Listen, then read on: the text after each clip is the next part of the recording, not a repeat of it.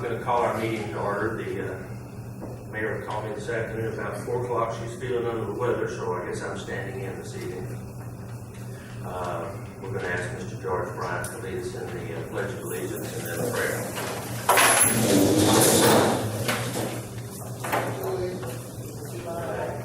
The United States of America, and to the republic for which it stands, one nation, under God, indivisible, with liberty and justice for all. Honor the Texas flag. I pledge allegiance to thee, Texas, one state, under God, one and indivisible.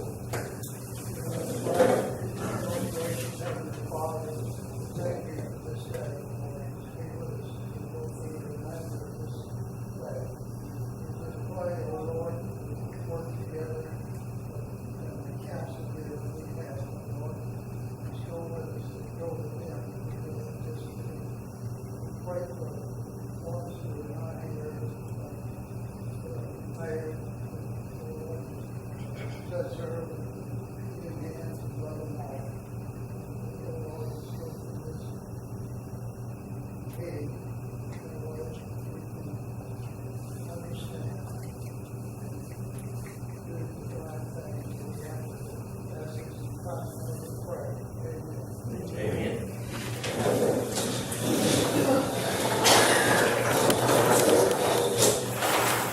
Okay, roll call. The record show all are in attendance with the exception of the mayor. Do we have any conflict of interest this evening? Okay, none noted. Citizens' comment, we have one signed up, Mr. Darby.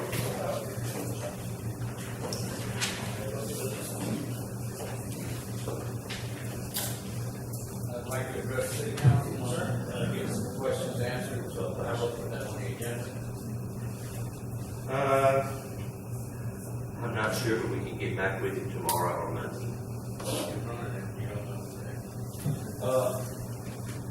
I want to address the lack of planning for the city council's spending. We've got some pretty major things going on in this neighborhood as far as water goes. We're worried about building little ditches and ponds. What are you going to do when the water system collapses like the management testing things? You can put a shovel through the pipe. You got a time bomb ticket in your face and you're not doing nothing about it. You don't run your home like that. You don't run your business like that. That's something that needs to be addressed because what are you going to do for everybody when their water's shut down for weeks or maybe months? Because if it's as bad as he says it is, and I believe it is, you got some major money to come up with, and you're busy spending money on things that aren't going to really do anything for anybody in particular except for you. And how do I get this addressed? And we want to see what y'all can do. What is it? Because I'm talking about you don't investigate anything further before you go spend money. It's like y'all got an open checkbook and you just want to see how far you can go. Lack of plan. And these are pretty major things that you look at. So, how do we get it discussed? Well, at the next meeting, we will, just like the mayor told you last time, she will address your questions you had back then, this time, which I have those responses. So, That's another question I'd like to ask. Why did you have to send that to me, registered mayor? What's the purpose behind it? well, as the mayor mentioned to you before, this isn't a question and answer session. This is a comment section. So, we can't address anything that you have to say. Put that on the agenda too. I want that answer, that question answered. Because it's totally unnecessary to send me registered mail to tell me about what you did with the water bills. I didn't hear your question. He sent me stuff, registered mail, to send me brochures about those water bills. Oh, okay. Wasting money. Again. Total waste of money. Something like that. Yeah, That's why you all the time for water. There was no important information. I should have brought it up. There's no important information in there that requires registration that I get. So I feel like there's a hidden agenda behind it. That's all I got to say. All right, thank Okay, who has the neighborhood watch this evening? All right. We had one death investigation. The victim was under the care of hospice. We had 2 meth investigations. Did you say meth? Net? One death with services. They refused to pay for their gas. 5 traffic offenses, 2 welfare concerns, 5 alarms, 2 suspicious activities with both checked out okay, 1 suicide attempt, 1 welfare concern, 1 traffic accident, 2 assaults, 1 civil dispute, 1 injury to a child, 1 dangerous dog, and 1 unauthorized abuse. No offense vehicle returned prior to arrival of deputy. Okay, thank you. We also had a dog party, so, Yeah. and 2 4. I think that's on this month's weekends. Oh. Okay, the next item on the agenda is to review and approve the consent items. Do I have a motion to accept the consent items? I'll make that motion. Do I have a second? Okay. All right, all in favor of approving the consent items as presented? Hold up your right hand. Any opposed? I don't know exactly what Becky said that we have to do about that, because she made a rule that we don't discuss any of this stuff. She didn't make the rule. We discussed it forever. But anyway, The rule, is something that's put forth, and Kim can help me with the name, but it comes from the Texas League of Cities, their rules for cities. That's where that came from. And for consent items are just strictly for that, the consent. They're not to be discussed. If you have problems with any part of the consent items, then you can either get those questions answered by Kimberly, or if there's something that's completely wrong in the minutes or whatever, then any council member has the right to request that we, what's the wording, Kim, that we not approve it now You and can pull out a section of it and table it to the next. table it to the next meeting. That's right. well, we need to pull out this Lawrence report here. There's discrepancy as far as what Bruce told us about the right away for the ditch over there. Told us that Again, we're not discussing that. If you want to pull it out, then we can pull it out and we can discuss it at the next meeting, or as has been stated, you can simply call the city hall and get your questions answered. Now, if you can't get them answered, then we can either table it, you can get it answered, and we can vote on it next time, or we can just table it and discuss it next time. But from the sounds of what your concerns are, I feel quite certain you can get all your questions answered simply by calling City Hall. So now it's up to you. If you would like to table the bill here for whatever reasons we can, or you can call Kimberly I want and to table it because I want the citizens to actually know that we're spending this money. I mean, we're spending $2,500 on water this last week. well, okay, we'll just table that. But I mean, there's an explanation by all his charges. But anyway, so we're going to revise the consent items to accept them as presented, with the exception of the attorney's bill, which we can discuss the items that he has listed at the next meeting. Okay. And we've already voted to approve that, so those, we'll make that amendment. Okay. Next item on the agenda here is the consideration and approval of the certified tax roll, which the county sent to us one day this week. You'll find it about the 3rd day back in the back of your packet. It's pretty cut and dry, but I'll just give you some highlights of what this is.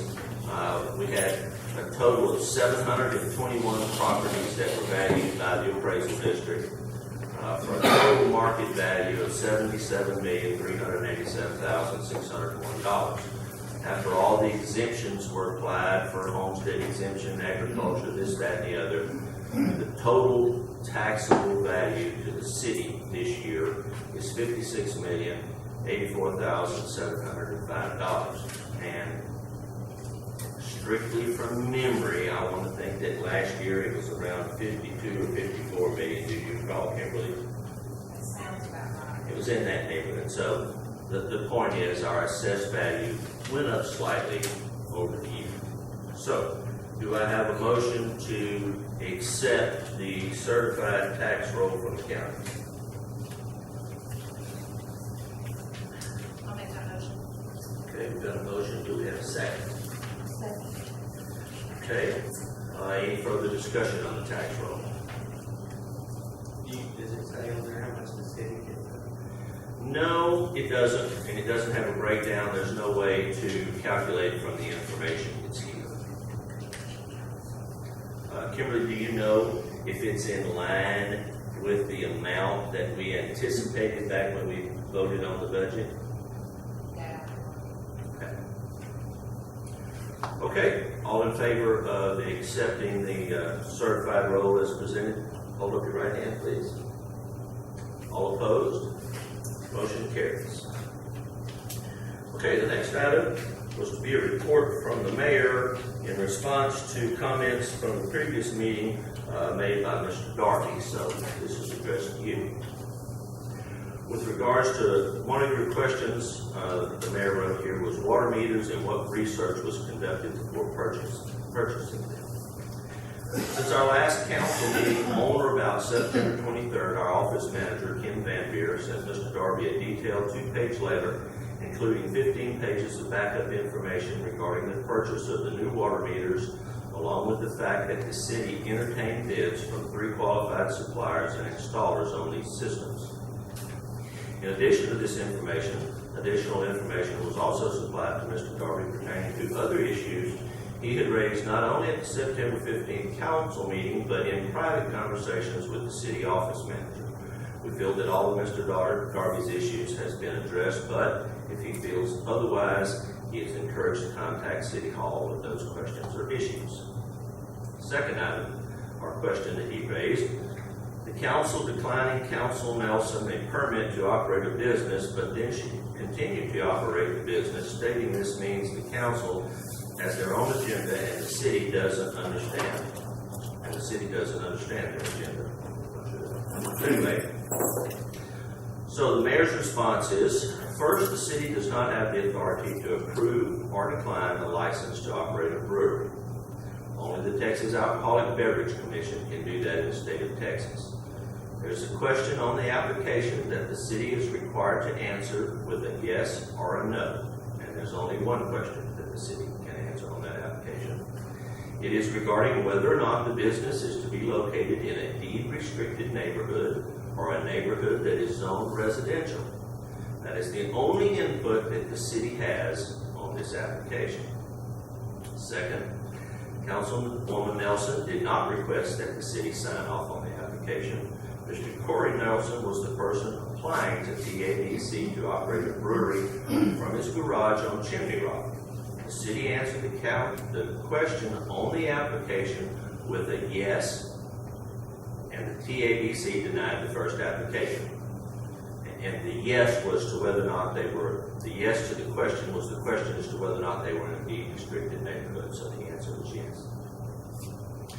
The city also denied approval of a permit to operate a business at Mr. Nelson's residence on Chimney Rock Street in accordance with Ordinance number 211, Section 2, that limits businesses to non-deed restricted areas. The next time Mr. Nelson made application, the business was to be located on Highway 105, where there are no deed restrictions. So the city answered with a no on that application, and the TABC approved his application so he could legally operate his business at that location. The city also approved a permit to operate the business at that location since there were no deed restrictions and the business was in compliance with Ordinance 211, Section 2. There was no agenda and nothing to understand other than the fact that the city does not issue permits pertaining to the TABC, and the city approves or denies its permits based on compliance with our local ordinances. Our ordinances are posted on our website and are available at all times for citizens to review, and our office staff are available to answer any questions that they may have regarding interpretation. Question number 3 is raised. 51% rule, what happens after a citizen hits the 51%? The 50% rule is a federal regulation defined in 44 Code of Federal Regulations 59.1, and it pertains to substantial damage and substantial improvements of properties in a special hazard area. It is defined as any reconstruction, rehabilitation, addition, or other improvements of the structure, the cost of which equals or exceeds 50% of the market value of the structure before the start of construction of the improvement. This term includes structures which have incurred substantial damage regardless of the value of or the actual cost of repair work performed. This is a federal law, not a city ordinance. If the structure is determined to be substantially damaged or the improvement is determined to be a substantial improvement, the structure must be brought into compliance with National Flood Insurance Program regulations and other requirements in the local ordinance for new construction. That is, the structure must be elevated to or above the level of the 100-year or base flood elevation, or BFE, and meet other applicable requirements. The owner must first obtain an elevation certificate, if he does not already have one, to determine the exact elevation of the top of the lowest floor of the house. The top of the lowest floor, in most cases the slab, must be 2 feet above the base flood elevation if the property is in a special flood hazard area. For instance, if the elevation certificate shows that BFE is at 27 feet and the top of the lowest floor is 29 feet, then the property does not have to be elevated and the 50% rule would not apply. If the elevation certificate shows that it does not meet BFE plus 2 feet, the 2-foot requirement, then the homeowner would have to obtain a floodplain permit, which is free, and a building permit that would include elevation to the BFE plus 2 feet level. I hope this substantially addresses these issues. If anyone has any other questions regarding these subjects, please contact Kim or me at the office during business hours, and we'll be happy to answer them for you. Please remember our office is open daily, and we have a well-trained staff available to answer your questions and help you work out any issues you may have in the day-to-day operations of the city. City council meetings are not designed to work out these issues. Please give our staff the opportunity to help you, and if they are unable to do so and determine that an issue requires council attention, then they will prepare the issue as an agenda item so it can be handled properly at a meeting. Otherwise, it will not be able to be discussed. Nothing will be resolved at the city council meeting. And I'd like to go on to say that we have 2 certified plane managers, being Kimberly Van Veer and the mayor, both. We actually have 3 Okay, I forgot about him, thank you. So, and they go 40-hour classes each year to stay up with all that is required to be a certified floodplain manager. Okay, that brings us to the next item. Councilwoman Nelson, in Community Development, I believe, wants to give us an update. Yes. Thank you. We held our pet clinic last month, and from the sound of it, it went great. We had a lot of participants, so thank you everybody who came out and for everybody who participated, helped out, and Joe Howard, who does such a great job of working. We held our food clinic recently, and then we also held our meet the candidates. That had a packed house, a great crowd. The candidates were really appreciative, and I think that went really, really well. Community garage sale was this past weekend, and I noted driving through that it was a pretty busy neighborhood, so hopefully that means everybody had some good traffic for the garage sale. This Saturday is our community cleanup. It's on Boulevard. It starts at 7 a.m. and we have 3 containers. Once all 3 containers have been filled, we do not have a guarantee that we can get additional containers beyond that. So please don't try to plan to come in at noon and hope that there's still a container there. First one will be at 7, and once all 3 are filled, I don't know that we'll be able to get any more. So get there early, please. Decorating for Christmas in the park will be on November 19th. Barbara Emmons is heading up that effort for us, so if you would like to help out or participate in any way with that, I know she would definitely appreciate it, so please contact me or her, or you can contact him in the office, and she can put you in touch with Barbara as well. Christmas parade and park lighting will be on December 1st. It's a Thursday evening. We're going to hold a parade just after dark. At dusk, it'll be for kids and adults. We're asking for motorized vehicles only, ATVs, golf carts. It has to have lights on the front of it. No bicycles for kids. We're concerned that with it being dark, that can be dangerous for the children. So, but we will have, you can pull things behind these, decorate them up with lights. You can get the battery-operated LED lights in the store, so we hope everybody has fun decorating. We'll do a little parade through the neighborhood, come back here, some hot cocoa, some coffee, and maybe some desserts, and do a park lighting, officially light the park for the season. And then on December 5th, the following Saturday, we'll have our Christmas in the park. So that's when everybody can come out and enjoy the cakewalk, which just seems to be the hottest thing going that day, and a lot of games and activities. Of course, Santa will be here, lots of giveaways, and so we hope y'all can help it out. Okay, and I'd like to add one thing to the community cleanup day. If you operate a business here in town and you collect your trash, cleanup day is not for you to dispose of your commercial or business trash that you generate. We've had one gentleman that did that for years, and Don Smith, who kind of ramrods this operation on Saturdays, had to tell him that this was not for that type of thing, because he was clogging up a complete dumpster by himself.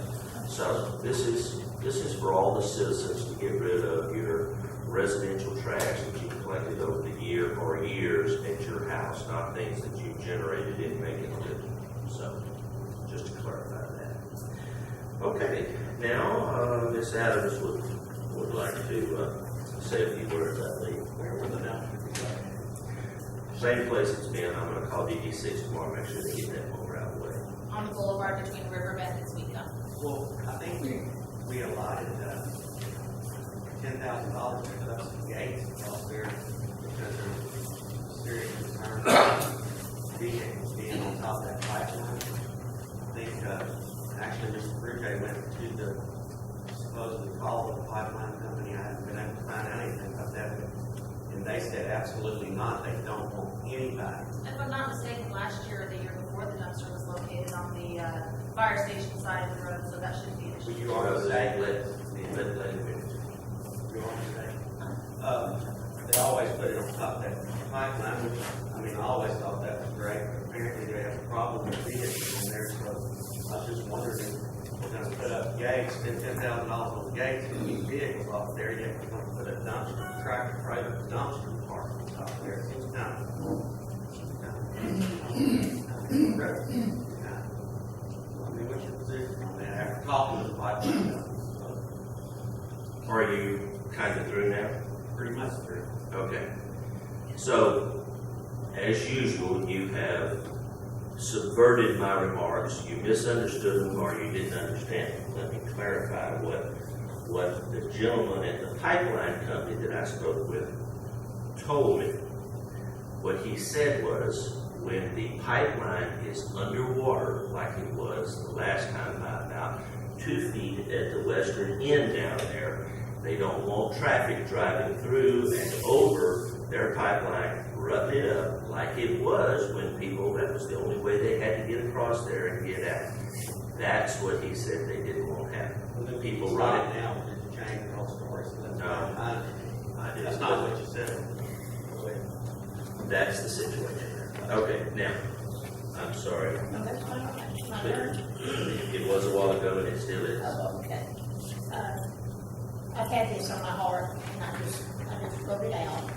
And if you'll permit me, I'm just gonna read it. This meeting will be my last one serving on the Delaware City Council. I have mixed emotions about it. It would be nice not to have to go to a meeting, even though I won't be here. It's been my honor to have served 22 years, from 1981 to 1991, and from 2000 2004 to 2016, with several different mayors and council representatives. I've seen so many changes in those years. We built our home in what's known as River Oaks. The front part of our city was Bevel Acres. I remember my first city council as a citizen, new to Bevel Oaks, when Mayor Hall appointed me chairman, looking into getting cable TV for Bevel Oaks. He and the aldermen, as they were called then, had no interest in it. The funny thing about it, I was the only person on the committee. They didn't know me, and they didn't know my determination, because I had a cable TV company here every meeting for several months. I didn't give up. Even though our citizens have had problems, we have cable, and we have had money from the franchise for a long time. I was on the committee that counted the houses to form our 3 wards. Some of you may not know, but these wards were formed to look like a tree.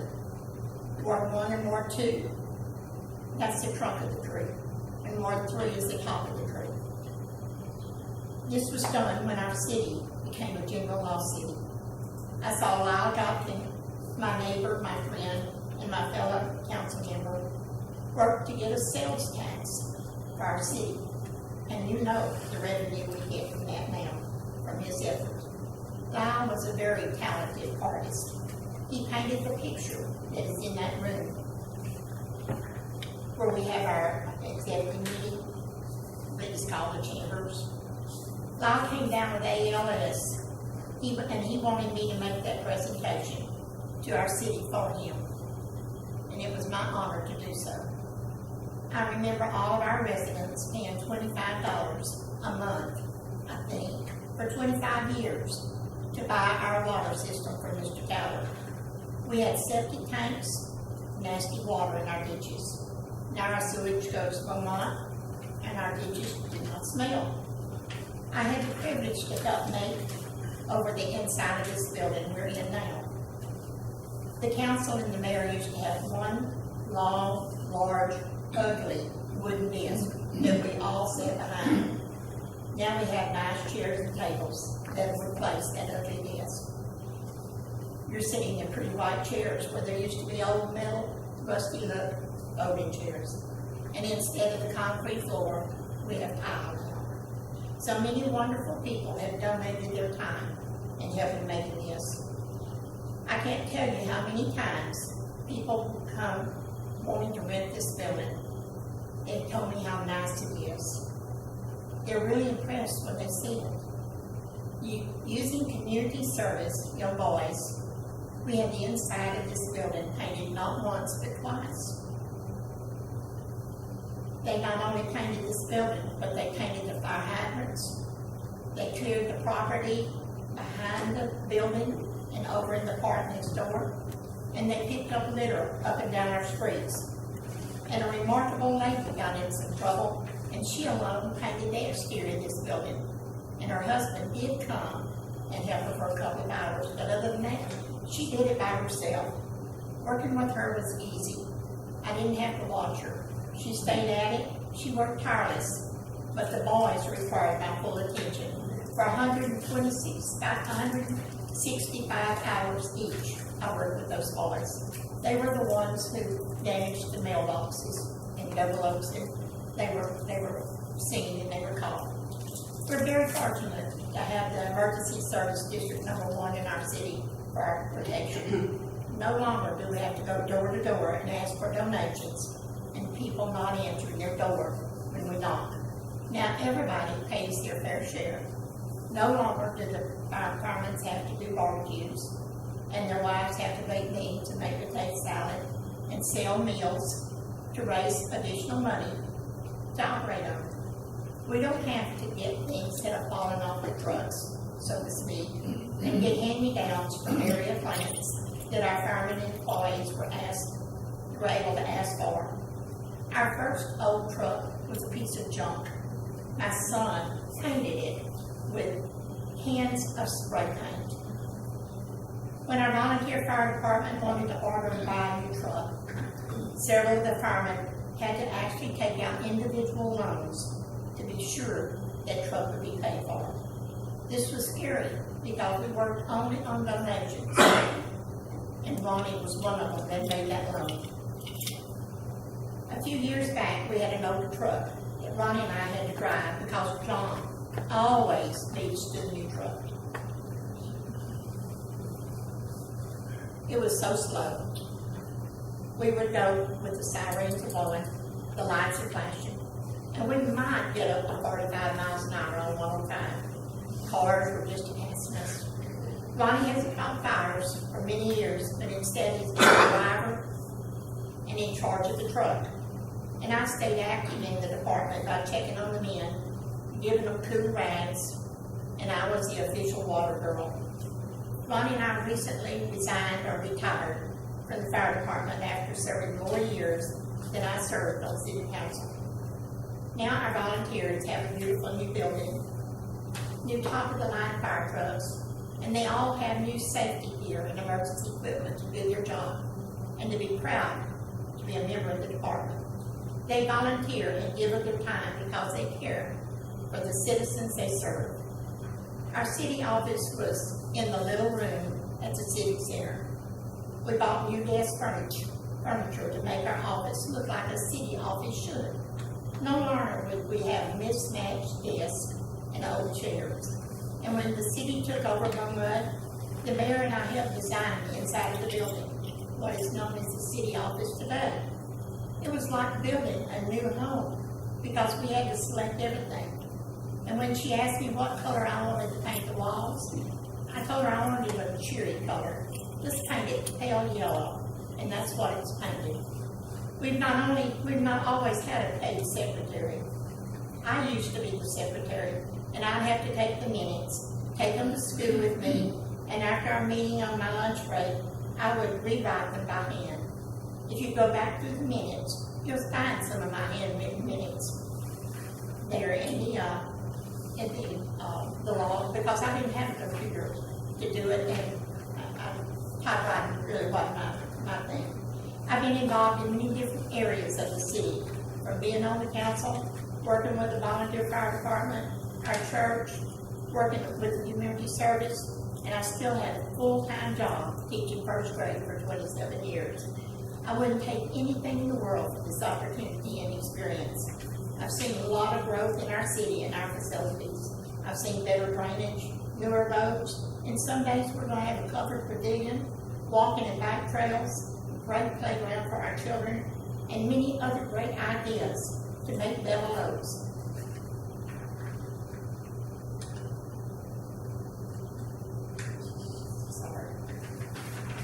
a family-friendly, safe place to call home. Thank you for all my memories for serving. Only once can I remember not setting the example in my office, and I apologize for that decision. I've always tried to do my best in representing the citizens. I'm 81 years old now, and I'm not in good health. And I know it's time for me to give another person the opportunity to enjoy and experience serving our citizens. I look forward to the new members on the council working with the mayor and the other council members to help Bella Oaks continue moving forward. I want to thank you for your trust in me for all these years. Now I'll be sitting with you out there as the other citizens, and who knows, I may ask for 3 minutes myself. Thank you.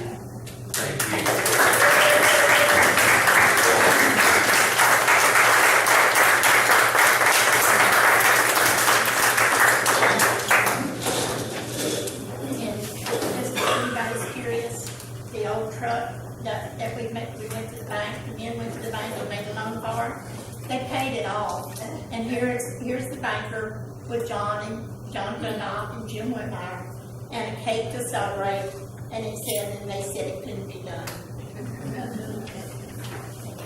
Thank you again, Sherry. Okay, Councilman Marandino would like to say a few words now.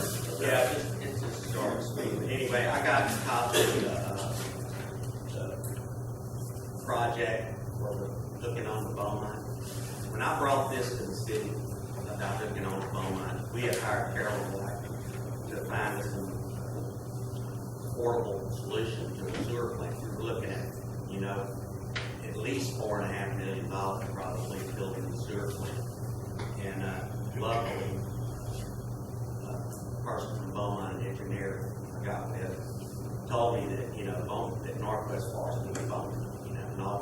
difficulties on them because that plant in Northwest Forest to be 3 times as big as it was, so the pipe had plenty of capacity to carry our sewage to Beaumont. So I brought that to the council to show them. Engineers were taking pictures of everything that I brought up here. At that time, and these were 2 engineers, top engineers from Beaumont, and they estimated the cost of this project at about between $1.2 and $1.5 million. We managed to spend over $2 million on it. And the only thing that I don't have to complete these records is the amount of money that we paid to cement the bottom of the pond down there and the power washer that we put in down there. As soon as I get that, we're going to go over all these prices and all this stuff and try to see and just make sure that we, people that from Beaumont, now it did take our lawyer 3 years, okay? I don't even know if he has the right of way yet. I mean, to get the right of way for that pipe to run over there. He worked on that for 3 years and we spent thousands of dollars on him, to get that right of way. It took him forever. I mean, both of them, I have 2 kids that are in the land procurement business for pipelines and oil companies. Man, we're talking, the stuff gets done. I mean, it's not something that should take that long, but it did. Can't do anything about that. Maybe that's the reason why we incurred thousands and thousands of dollars more, on this project. I don't know, but we will know. When I find out, I will let everybody know that we spent more money than we should have. It's going to be a burden on everybody out here. Having to pay these high water bills and having to pay for all this other stuff. And there's a lot of concern on it and stuff like that. We did have one mistake that the engineer made. It's TCEQ. Whenever he designed this, paid him $200 and some thousand to design this water pipe, this sewer pipe to go to Beaumont. Put in the little stations and the pumps and stuff like that. Well, the TCEQ required these isolation valves every so often in this pipeline. You can't just run a pipe for miles and not have a way to shut it off. Well, I don't know how it happened that it got overlooked or whatever. Well, the city picked up the bill on that one night. I know for one thing that I know is that it was explained by Mr. Frigier that we had gone above and beyond on the pipe that we put in, way more than what TCEQ required. It was a whole lot better. So I guess maybe that's why he thought we didn't have to have isolation valves in it or whatever. But anyway, the city, the citizens, y'all picked up his mistake. We paid for it. The re-pressure testing of the line. We'd have to have the isolation valve anyway at him. I mean, the TCEQ has to come out and inspect the thing. If you don't build it like they want you to build it, they're not going to pass it. But we paid for that, and I'm going to do a little bit more research on that. I don't understand why. I mean, normally, if a business makes a mistake, they usually own up to it and make it right there. Overlooked or whatever they did. But anyway, I'll let y'all know, and as soon as I get that other information, we're going to go over it. I'll be posting it, letting everybody know how much we spent. Maybe we got a good deal. Maybe we saved a lot of money out of it. It seems like, to me, it's $500,000 or so on top of that. We'll just see. Thank you. Okay, that concludes all our agenda items. Do I have a motion to adjourn?